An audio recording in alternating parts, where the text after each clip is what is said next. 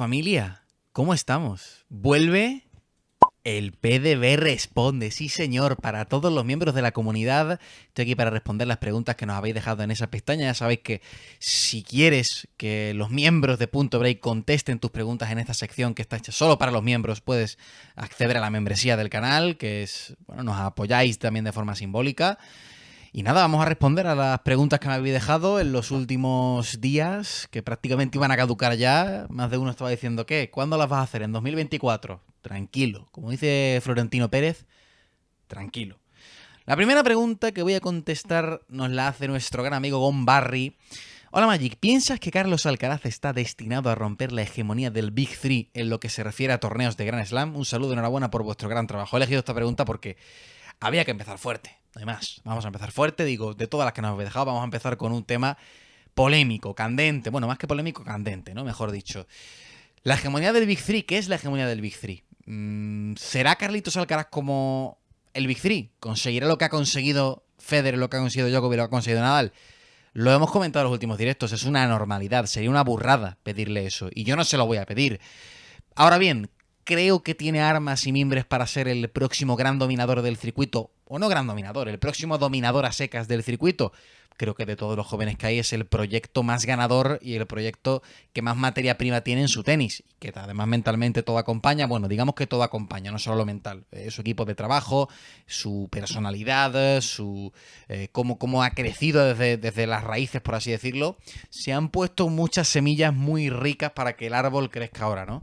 Así que romper la hegemonía del Big Three, bueno, posiblemente de los jóvenes sea el mejor colocado para llevarse Grand Slam, de su generación es el único que ya tiene uno, pero ya decimos que llegar a las metas del Big Three, que a lo mejor lo consigue, puede que lo consiga, pero es algo que no debemos exigirle ni que tampoco deberíamos centrarnos ni obsesionarnos con ello porque llegar a los 22 o a los 20 es algo, bueno, casi imposible, ¿no? La siguiente pregunta nos la hace nuestra buena amiga Ana Baroque. Buenas noches, Magic. ¿De dónde te viene el sobrenombre? ¿Por qué no retransmites todos los partidos de tenis en España?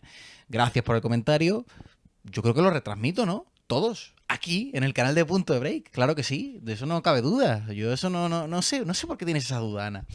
Lo segundo, o sea, bueno, lo primero realmente, ¿no? ¿De dónde viene el sobrenombre? Lo he contestado alguna que otra vez y quizás es una pregunta que se hace la gente.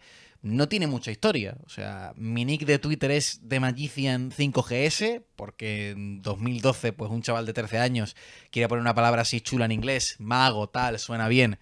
Lo segundo dejo que lo deduzca alguno. Alguno seguramente será inteligente y sabrá por qué 5GS.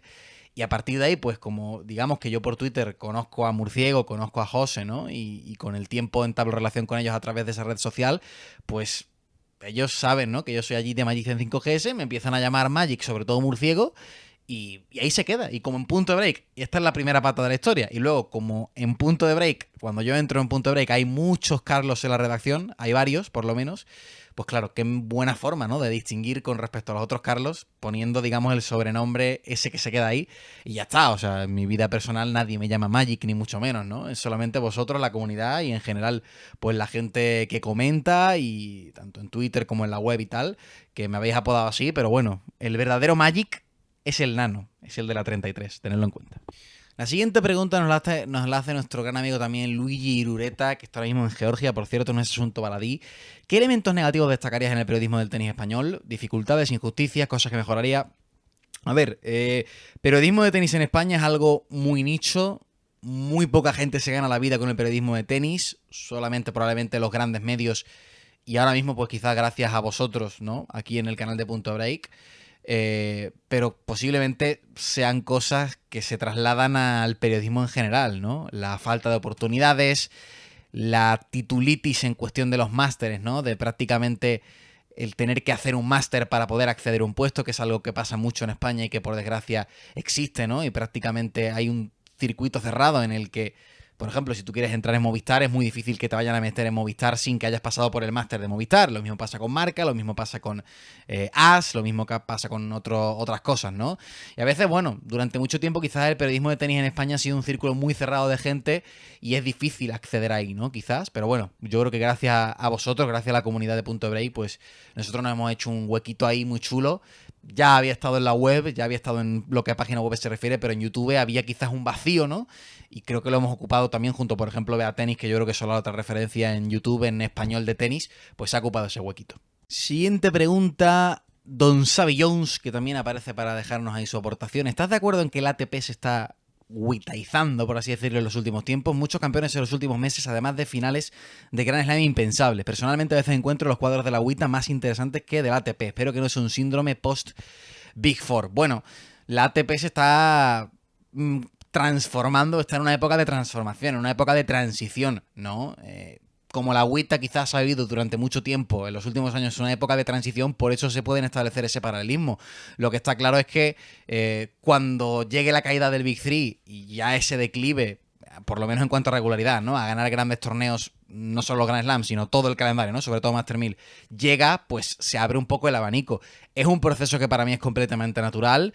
Y oye, chapó, Savillón, si encuentras también los... Ha habido torneos, de hecho, por ejemplo, bueno, algún que otro torneo ha sido más interesante la WTA que la ATP, ¿no? Puede pasar. Pero yo creo que es algo simplemente natural, es un síndrome de lo que va a pasar después del Big Three.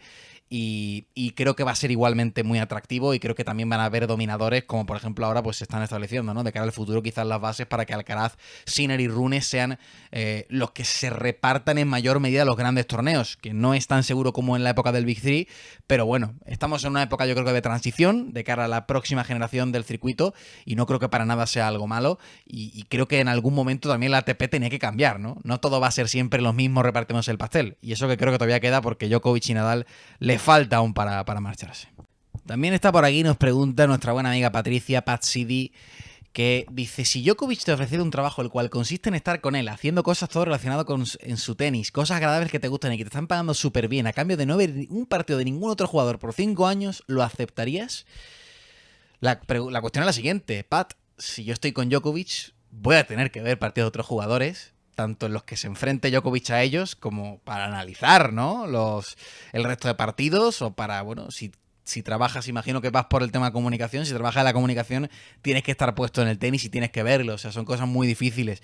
No sé si por ahí me estoy cogiendo un buen atajo para responder a tu pregunta, pero a ver, para mí solo te diré que muy pocas cosas superarían trabajar mano a mano con Novak Djokovic. Muy, muy poquitas cosas. No sé, no me planteo esa disyuntiva, pero piensa en ese acertijo que te acabo de hacer, porque seguro, y además el dinero, dice, estás pagando súper bien, el dinero no es lo importante, ¿no? Pero seguro que vería parte de otros jugadores. Piénsalo. David Carrera también está con nosotros y nos ha querido hacer una pregunta. Me ha querido hacer una pregunta en este caso. Si fuera tenista profesional, ¿a quién tendría más miedo de enfrentar? ¿A Nola en Australia, a Rafa en Roland Garros o a Federer en Wimbledon? Bueno, los 3 desafíos supremos, las 3 patas de la santa triada del tenis, Padre, Hijo, Espíritu Santo, pero creo, y voy a enfocar la pregunta, creo que tal como lo has hecho. Si yo fuera tenista profesional, me estuviera jugando el físico, me estuviera jugando el tenis, quizás tendrían que sacarme en silla de ruedas después de enfrentarme a Nadal en la Philippe Chatrier, sobre todo si el partido se va largo. Y además creo que no tendría prácticamente ninguna posibilidad de ganarle, o sea que creo que eso responde a tu pregunta. Pregunta muy interesante la que nos hace nuestro buen amigo Rotter, que le mandamos también un abrazo. Dice, bueno, esta pregunta es en serio y quizás no tengan ganas de responder porque el tema siempre es polémico. Algo que he notado en 2023 en el ATP es que todavía no tenemos un jugador que se identifique como gay. Mi pregunta es, ¿cuáles crees que son los motivos de esto? Otros deportes tienen a alguien que pertenece a la comunidad LGTBQ+, pero el tenis sigue atrasada. ¿Qué opinas sobre este tema? A ver, es una pregunta compleja y es un tema del que yo no estoy cualificado para opinar en el sentido de que yo no sé qué se cuece en el vestuario. Puedo opinar desde fuera y lo que opino desde fuera es que el tenis, igual que otros muchos deportes, pues está instaurado, está arraigado en una cultura en la que pues la comunidad LGTBI solamente en los últimos tiempos, ¿no? Ha podido mostrarse tal como es, libremente. Y el hecho de que no haya pioneros, como por ejemplo sea en el circuito femenino, ¿no? Que ha tenido muchas pioneras a lo largo del tiempo que han expresado sin ningún problema su condición sexual, creo que en el mundo del tenis masculino no lo hay y eso dificulta un poco la tarea. Te hace sentir miedo a la hora de salir y expresarlo, aunque no debería de pasar nada. Y creo que el vestuario del circuito no tendría ningún problema en dar la bienvenida o en tratar de igual forma a un jugador que fuera homosexual. No creo que hubiera problema, pero yo creo que quizás la falta de pioneros, unido a la cultura del deporte en general de los últimos tiempos, que creo que poco a poco se irá cambiando y que creo que poco a poco ya está cambiando, sobre todo en el fútbol, porque fíjate que en el fútbol hasta hace prácticamente 5 años tampoco había prácticamente referentes y últimamente sí que van saliendo más, ¿no? Creo que se irá abriendo, pero Bueno, quizás solamente hace falta uno que abra un poquito el camino en activo, porque hay jugadores retirados que luego lo han admitido, pero en activo, uno que abra el camino, que sea un pionero y quizás a partir de ahí, pues los jugadores se sentirán quizás en un ambiente más cómodo para trasladar al público ese tema. La siguiente pregunta nos la hace DSG, aunque creo que siguiente pregunta se quedaría corto, porque ha utilizado el bug, ha aprovechado el bug para hacer varias cortidas al pie. A ver, contestar a todas es difícil. Pues te jugarías en ventaja competitiva de SG porque todo el mundo ha hecho una, ¿no? Pero bueno, por contestarte un poquito alguna que otra de las que hay ahí, ya elegiré yo cuáles. ¿Dónde viene tu afición al deporte en general, el tenis en particular? No sabría decirte. O sea, al tenis no hay ninguna tradición de que en mi casa mi padre, mi madre, mis familiares sean fanáticos del tenis. Es algo que yo con el paso del tiempo era un fanático absoluto de los deportes desde muy chiquitito. Y pues no sé, me gustaba, me encandiló el tenis y llegó un momento en el que fue mi prioridad en el sentido de priorizarlo por encima de otros deportes a la hora de consumirlo y a la hora de luego más tarde hacer cosas relacionadas con el tenis, crear contenido relacionado con el tenis. No hay ningún... O sea, es pura pasión. No sabría explicarte. Supongo que es una de esas cosas que no puedes explicar, ¿no? ¿Por qué eres de un equipo de fútbol? ¿O por qué te gusta el fútbol? Bueno, es difícil de explicar, ¿no? Pues por aquí pasa algo parecido, pero no tiene que ver quizás con herencia familiar ni nada de eso. ¿Cuántos Grand Slam crees que van a ganar Nole, Rafa y Alcaraz? Yo creo que Djokovic puede sumar todavía 2 o 3 más. Creo que Rafa puede sumar 1 o 2.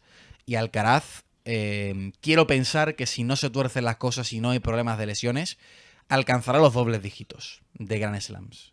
Con el paso del tiempo lo veremos y esto es completamente subjetivo, amigo, pero quién sabe. A las otras te las respondo en los próximos PDB Responde. Recuérdamelas, que ya he gastado demasiadas balas. Siguiente pregunta nos la deja Don Luis Valero. Buenas tardes desde mi casa, Magic. ¿Qué te parece Fausto Tabaco? Gran promesa, hace unos buenos saques a la T, perdón. Ronda rápida para que te mojes, Djokovic, Nadal, Swiatek o Andreescu. Nunca he sido muy de Fausto Tabaco, la verdad. Tampoco suelo consumir partidos de Martín Cachimba o de Pedro Porro. No soy mucho de ese estilo de jugador, Luis Valero. Prefiero otras alternativas, otros estilos de juego. No sé si esto quizás responde a tu pregunta. Ronda rápida. Idemovre, come on. No more. Juan Ibarriac también nos deja una pregunta muy interesante. Magic, una sobre la Armada Española del futuro. Hemos ganado muchas Davis y ahora que se acaba una generación parece que aparece otra que puede mantener el nivel aunque es difícil. ¿A qué adolescentes españoles o jugadores en sus primeros 20 ves teniendo carreras consistentes y optando a títulos? Aparte de Carlitos. Claro, bueno, creo que Carlitos, estaremos de acuerdo, sería prácticamente la pieza fundamental en un posible equipo de Copa Davis del futuro. Es prácticamente irrepetible lo de la Armada Española, no solo por Rafa, sino por Ferrer, por Almagro, por Tommy Robredo, por Feliciano, por Verdasco, por Bautista, por Carreño. La profundidad de la cantera española, la cantidad de jugadores que hemos tenido en el top 100 y en el top 200, es una locura, es irrepetible. Ahora mismo, creo que en cuanto a profundidad, hay otras naciones que nos van a superar en el futuro, como puede ser el caso de Italia, como puede ser el caso de Estados Unidos. Ahora bien, creo que se puede formar un equipo súper interesante y creo que hay nombres. Ojalá que Martín Landaluce, es muy pronto todavía, no podemos alzar las campanas al vuelo, pero desde luego que por proyección, por potencial, Martín Landaluce creo que va a estar ahí. Dani Mérida, ojalá, porque no, se reenganche también a una ola en la que en Juniors estaba claramente ahí, era uno de los mejores Juniors. Y luego, por ejemplo, pues Alejandro Davidovich sigue siendo muy joven. Creo que Alcaraz y Davidovich son un 1 y 2 para un equipo de Copa Davis de muchas garantías. Y luego, fíjate, jugadores pues como Bernabé Zapata o otros que puedan aparecer un poquito desde más abajo. Se me ocurre, no sé, Pablo Llamas, por ejemplo. Jugadores de Challenger jóvenes que tienen mucho tiempo para crecer y para desarrollarse. Creo que España tendrá un equipo de garantías y con Alcaraz y Davidovich como puntas de lanza podemos ir a la guerra si hace falta. También nos hace una pregunta nuestra buena amiga Luli, desde Gran Bretaña, como siempre. Querido Maggi, primero muchas gracias por tu retransmisiones, gracias a ti por estar ahí, Luli. Si te dieran a elegir, ¿qué prefieres? ¿Periodista deportivo de fútbol o periodista deportivo de tenis? Como periodista deportivo con todas sus funciones, es decir, escribir, hacer contenido audiovisual, comentar, debatir, charlar, hablar, tuitear, etc, etc, todos los verbos que quieras, creo que me quedo con el tenis porque en el fútbol ya hay muchos y porque el tenis me apasiona absolutamente. Si me hablas meramente de narrar, creo que es más estimulante narrar fútbol que tenis porque hay muchos más estímulos a lo largo de un partido y hay mayor ¿cómo decirlo? Hay mayor posibilidad de que pasen más cosas. En el tenis, al final tienes un rango limitado a la hora de describir un intercambio y no está tan arraigada la cultura de la narración como en fútbol. O para mí el deporte más estimulante de narrar, que es el baloncesto. Para mí es el... Si yo fuera narrador, si yo me ganase la vida como narrador, elegiría el baloncesto porque creo que es el deporte que a mí personalmente más me gusta para narrar. Pero como periodista deportivo, en todas sus funciones, multidisciplinar, como tiene que ser hoy en día, me quedo con el tenis. Y ya la última pregunta. Muchas gracias a todos por las preguntas. Habéis dejado muchísimas. Y creo que es un broche de despedida brutal para este PDB Responde. Y nos la hace don Alberto Vélez. Hola Magic, ¿qué torneo que no sea un Gran Slam es tu favorito? Yo sé que muchas veces muchos me tomáis esta respuesta a broma. No os imagináis. ¿Cómo puedo decir un torneo de esa categoría? Mi torneo favorito es, y me atrevo a decir que será, el Challenger de Sevilla. El torneo de casa, en un club familiar, con gente maravillosa. Y es donde se ve el tenis de verdad, donde se respira el tenis, donde estás al lado de los jugadores, donde hablas con ellos, donde te das cuenta de la dureza de este deporte. Y hombre, es el de casa, y si hay que quedarse con un Challenger, es el de Sevilla. Vean Challengers, amigos, porque posiblemente, si echáis raíces en uno de ellos, se convertirá en vuestro torneo favorito. Así que nada, señores, bonito cierre. Gracias por todas las preguntas. Perdonad por la turra, son muchas. Se quedará un vídeo largo seguramente, pero será un placer siempre contestarlas. Y ya sabéis, si queréis participar en esta sección, la membresía está disponible. Ya sabéis que es pues algo muy simbólico, pero esto lo reservamos solamente para los miembros para darles ese estímulo, ¿no? Y esa recompensa, por así decirlo, por estar con nosotros y apoyar el proyecto desde siempre. Se despide el servidor. Seguid aquí, comentad en el vídeo que os ha parecido, si estáis de acuerdo con alguna respuesta. Si no, si os he dejado con las ganas de alguna pregunta que no os ha gustado la respuesta también. Será un placer y nos vemos en la siguiente edición de PDB Responde. No estaré yo, pero estará alguno que seguro que dejará mangla borbotones, como siempre es aquí. Abrazo y gracias.